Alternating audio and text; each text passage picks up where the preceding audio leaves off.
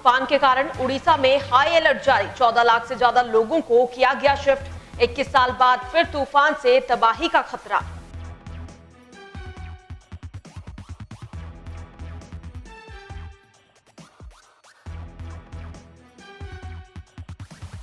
Congress UP सरकार में बस विवाद जारी। गाजियाबाद के आरटीओ ने कहा, हमारी तैयारी थी। कांग्रेस का दावा, बसों को एंट्री दे रहा प्रशासन। उत्तराखंड में कोरोना के 2 नए मामले आए सामने। 115 हुई संक्रमितों की संख्या। वापस लौट रहे प्रवासियों की वजह से बढ़ रही है संख्या।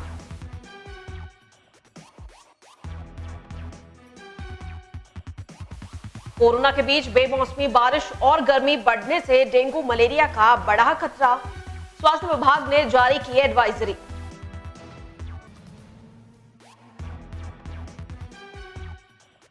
चैत्य केदार भगवान तुंगनाथ धाम के खुले कपाट। विधि विधान से की पूजा अर्चना। सुबह 11:30 बजे खोले गए कपाट।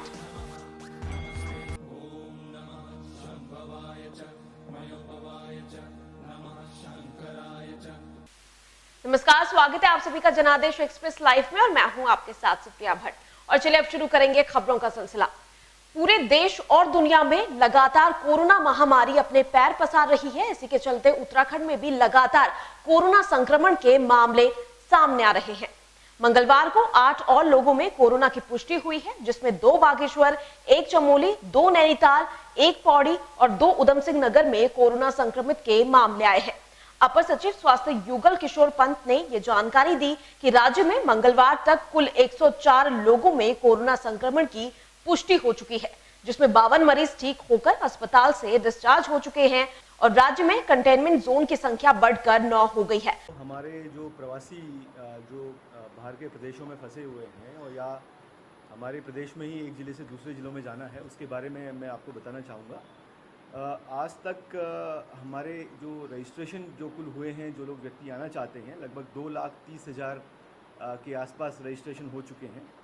इसमें से विभिन्न प्रदेशों से लगभग 1,11,713 लोग हमारे प्रदेश में आ चुके हैं, जिसमें दिल्ली से करीब 37,000 लोग, हरियाणा से करीब 18,685 लोग, उत्तर प्रदेश से 17,718 लोग, चंडीगढ़ से 8,703, गुजरात से 6,732, पंजाब से 6,345, राजस्थान से 6,217, महाराष्ट्र से 4,359, कर्नाटका से 2,524 और बाकी अन्य राज्यों से लगभग 3,416 लोग हमारे प्रदेश में लौट करके आ चुके हैं। इसके अलावा जो हमारे प्रदेश से जो लोग बाहर जाना चाहते हैं प्रवासी, वो रजिस्ट्रेशन करीब 25,337 के आसपास है, लेकिन उसके अलावा भी काफ़ी लोग ऐसे हैं जिन्होंने रजिस्ट्रेशन नहीं कराया है और ज़िलों में थानों के माध्यम से अपनी सूचना दी है। तो उसमें से उत्तर प्रदेश में लगभग 12,197 लोग जा चुके हैं, बिहार के 2,871 लोग जा चुके हैं, जम्मू के 2,699 लोग जा चुके हैं, राजस्थान के 1,716 लोग जा चुके हैं, दिल्ली के 1,670, पश्चिम बंगाल के 1,326, हरियाणा के 597, पंजाब के 380 और अन्य राज्यों के लगभग 1,881 लोग विभिन्न प्रदेशों में जा चुके हैं। आपको यहाँ पर जानकारी दे दें कि अभी तक कुल संख्या 115 पहुंच चुकी है। और चलिए खबरों में आगे बढ़ेंगे, रुक करेंगे देहरादून की खबर का, जहां देहरादून के पटेल नगर में आग का तांडव देखने को मिला। जहां Sangam agro industries refined and mustard oil factory में भीषण आग लग गई, जिसमें लाखों का सामान जलकर खाक हो गया। वहीं मौके पर पुलिस बल समेत फायर ब्रिगेड की 8 गाड़ियां पहुंची और 3 घंटे की कड़ी मशक्कत के बाद आग पर काबू पाया गया। वहीं थाना पटेल नगर पुलिस द्वारा एहतियातन तौर पर आसपास के भवनों को खाली करा दिया गया है। साथ ही पुलिस द्वारा आग लगने के कारणों की अब जांच की जा रही है। पूरे देश भर में लॉकडाउन 4.0 शुरू हो चुका है। ऐसे में केंद्र सरकार ने राज्यों को अब ये दिशा निर्देश जारी कर दिए हैं कि जो भी तमाम राज्य सरकारें हैं वो अपने तरीके से अपने आदेश अपने राज्य में लागू कर सकती है, जिस पर कांग्रेस नेता और पूर्व कैबिनेट मंत्री प्रसाद नैथानी का इस संबंध में कहना है कि केंद्र सरकार को इस वक्त राज्य को सहायता देनी चाहिए, ना कि उन्हें अपने हाल में छोड़ना चाहिए। राज्य की आर्थिक व्यवस्था पूरी तरह से ठप है, लिहाजा केंद्र को मदद करनी चाहिए। इस दौरान उन्होंने राज्य सरकार पर प्रवासियों के लिए कोई व्यवस्था न करने का आरोप भी लगाया है। लॉकडाउन 4 में केंद्र सरकार ने जो राज्यों को अपनी नीति निर्धारित करने के आदेश किए हैं, उसमें सबसे कठिनाई हमारे प्रदेश में होगी, क्योंकि सरकार ने अब तक जो प्रवासी अब तक 85,000 के करीब प्रवासी भाई हमारे विभिन्न क्षेत्रों में आ चुके हैं, लेकिन उनको क्वारंटाइन करने की व्यवस्था अभी तक सुचारू रूप से नहीं हो पाई। प्रधानों के ऊपर जिम्मेदारी थोप दी गई है। उधर से जो अध्यापक हैं उनको कहा गया है कि वो उनकी देखरेख करेंगे। और दूसरी बात ये है कि जो लोगों की व्यवस्था करने का सवाल है, उनको टेस्टिंग का सवाल है, तो जो कोरोना की टेस्टिंग के जो आंकड़े हैं वो अब तक मात्र 11,500 लोगों की टेस्टिंग हो पाई है मेडिकली। अभी तक जो 85-86 हज़ार लोग जो हमारे उत्तराखंड में आए हैं, वो अभी तक उनका अधिकतर लोगों का अभी मेडिकल टेस्टिंग नहीं हो पाई है। हमारे जो डॉक्टर्स की टीम है उनके पास पूरे इक्विपमेंट नहीं है। लॉकडाउन के बीच जनहित मुद्दों को ध्यान में रखते हुए कांग्रेस लगातार अथक प्रयास अपनी तरफ से करती हुई नजर आ रही है।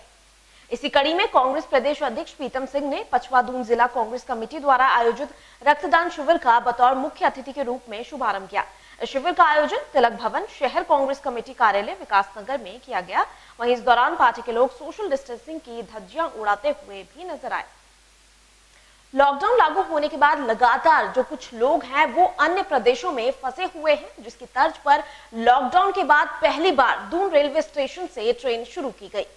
आपको जानकारी दे दें कि दून रेलवे स्टेशन से मणिपुर के लिए ट्रेन रवाना की गई, जिसमें 402 यात्री सवार थे और ज्यादातर छात्र और पर्यटक इस ट्रेन में सवार थे, जो लॉकडाउन के बाद यहीं फंस गए थे। वहीं यात्रियों ने भेजे जाने को लेकर केंद्र और राज्य सरकार का आभार भी जताया। और फिलहाल यहाँ रुकेंगे एक छोटे से ब्रेक के लिए। जल्द हाजिर होते कुछ और खबरों के साथ।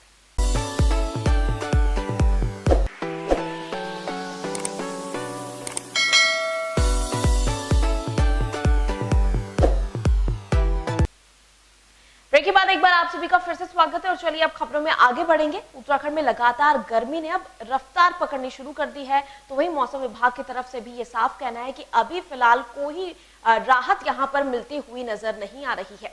पिछले कई दिनों से बढ़ती गर्मी से राहत भी नहीं मिल रही है। वहीं देहरादून, हरिद्वार और उधम सिंह नगर के साथ ही पहाड़ों में भी तापमान में वृद्धि हो रही है और अभी तक की मौसम विभाग की रिपोर्ट्स में रुड़की सबसे गर्म है। यहाँ अधिकतम तापमान 41 डिग्री सेल्सियस के पार पहुंच गया है, जिससे लोगों को अब परेशानी भी बढ़ रही है। और चलिए खबरों में आगे बढ़ेंगे, रुक करेंगे देहरादून की खबर का, जहां बीजेपी विधायक गणेश जोशी ने श्री महंत इंदेश अस्पताल में पैरामेडिकल स्टाफ और चिकित्सकों को पीपीई किट प्रदान की। जिसके बाद पत्रकारों से बातचीत में गणेश जोशी ने कहा कि उनकी ओर से लगातार कोरोना से बचाव के लिए विभिन्न अस्पतालों में पीपीई किट वितरित की जा रही है, जिससे चिकित्सकों और पैरामेडिकल स्टाफ की सुरक्षा हो सके। उत्तराखंड वापस आ रहे प्रवासियों से क्वारंटीन का पालन करने के लिए खुद उत्तराखंड के DG law and order Ashok Kumar ने अपील की है। उन्होंने कहा कि होम क्वारंटीन एक महत्वपूर्ण बिंदु है, जिससे संक्रमण को फैलने से रोका जा सकता है और अगर कोई इसका पालन नहीं करता है तो उसके खिलाफ उचित कार्रवाई की जाएगी। साथ ही उन्होंने जानकारी भी दी कि अभी तक क्वारंटीन के नियमों का पालन न करने पर प्रदेश में अभी तक 182 व्यक्तियों के खिलाफ कार्रवाई भी की जा चुकी है। पता है कि हमारे डीजीपी महोदय ने अपील की थी कि सभी लोग होम क्वारंटाइन में हैं, जो होम क्वारंटाइन में रहे। पिछले 15 दिन से प्रवासी उत्तराखंडी अपने प्रदेश में वापस आए हैं और काफ़ी संख्या में आए, लगभग 1 लाख लोग आ चुके हैं और कुछ लोग इसमें पॉजिटिव भी निकले हैं। हम लोग अधिक जो सिम्टोमेटिक लोग होते हैं उनको इंस्टीट्यूशनल क्वारंटाइन कर रहे हैं, बाकी लोगों को होम क्वारंटाइन कर रहे हैं। होम क्वारंटाइन वाले जो लोग हैं उनमें से कुछ लोग लिबर्टी लेकर के बाहर घूमते हैं, जो सही नहीं है। वो उनकी अपनी सुरक्षा के लिए भी सही नहीं है और बाकी लोगों की सुरक्षा के लिए भी सही नहीं है। तो इसलिए हमने रिक्वेस्ट किया सभी से कि भाई वो होम क्वारंटाइन रहें इस पीरियड में, अन्यथा उनके खिलाफ कार्रवाई हो सकती है। मैं आपको बता दूं, अभी पिछले दिनों में हमने 182 लोगों के ऊपर FIR दर्ज की है जिन्होंने होम क्वारंटाइन का उल्लंघन किया। स्वास्थ्य मंत्रालय की ओर से जारी गाइडलाइन के बाद उत्तराखंड शासन की ओर से जिलों को कैटेगरी के हिसाब से बांट दिया गया है।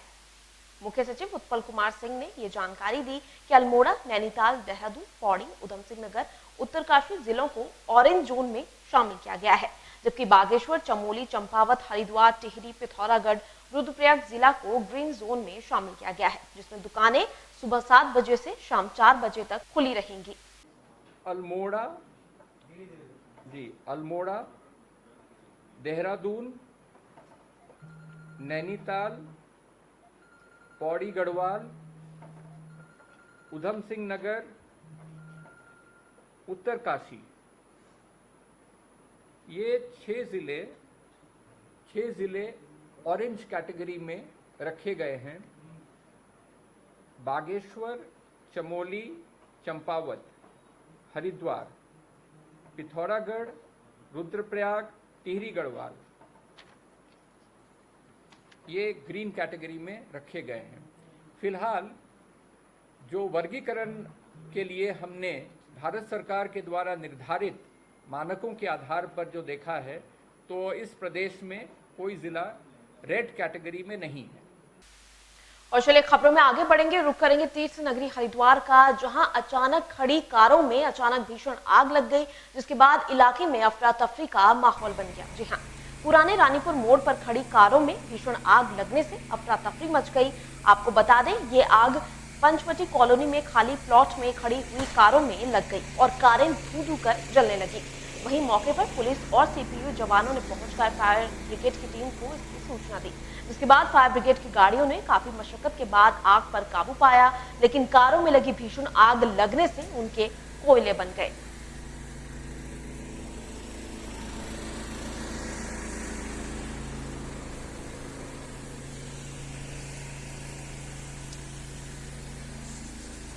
तो मेरे साथ इस बुलेटिन में बस इतना ही। आप बने रहिए जनादेश एक्सप्रेस लाइव के साथ।